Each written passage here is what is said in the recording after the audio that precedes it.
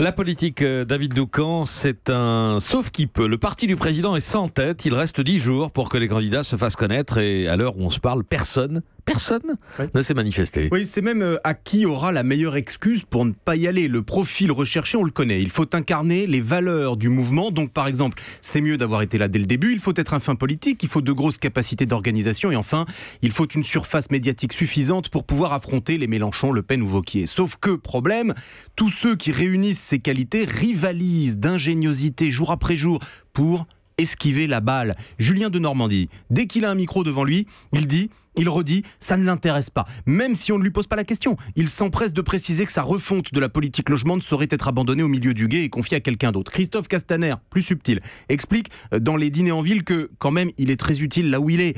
Qui, à part lui, pour aller défendre au pied levé le président sur les plateaux de télévision? Benjamin Griveaux, les mauvaises langues disait que, comme on ne voyait pas bien à quoi il sert à Bercy, il ferait un parfait transfuge. Sauf que, lui aussi a maintenant son excuse, il vient de lancer le Bercy Lab, une sorte de pépinière d'entreprise visant à promouvoir le financement des TPE. Bref, il n'y a pas de volontaire, il y aura donc au final un désigné, puisque vous avez compris tous que le vote des adhérents, etc., c'est pour le décorum. Le choix sera fait par un homme seul, Emmanuel Macron. Mais au fond, pourquoi ces grognards du macronisme montrent-ils si peu d'envie ? Pour une raison simple, ils connaissent la vie politique. Quand vous êtes le patron du parti au pouvoir, c'est l'enfer. Vous avez toutes les chances de disparaître médiatiquement, puisque vous êtes un porte-parole du gouvernement bis, autrement dit un porte-parole de seconde zone. Ensuite, on vous tient responsable des élections intermédiaires. Avec l'usure du pouvoir, c'est rarement une promenade de santé, en particulier dans le cas d'En Marche, où tout est à faire. Imaginez que ce parti n'a aucun élu local, aucun. Donc, pas de sortant pour les municipales, par exemple. Ce sera dur. Ce sera en 2020 ou même 2021. D'ici là, peut-être que le charme Emmanuel Macron n'opérera plus du tout. Et puis imaginez, il va falloir former des listes, au moins 20 ou 25 000, pour ne pas perdre la face. Où trouver les candidats? En Marche revendique 350 000 adhérents. Mais quand il a fallu chercher des volontaires pour faire partie du Conseil national du parti, seuls 16 000 ont répondu présent. Donc ça n'ira pas tout seul. Rien de tout cela n'est impossible, mais c'est un défi considérable dans lequel il y a beaucoup de coups à prendre et sans doute peu à gagner.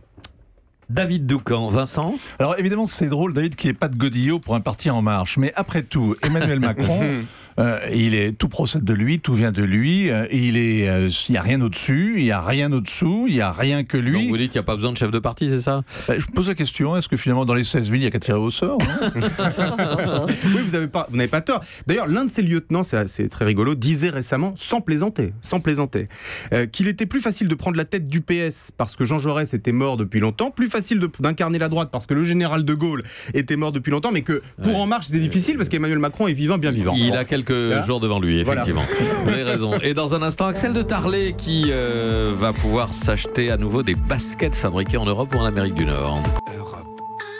Europe 1.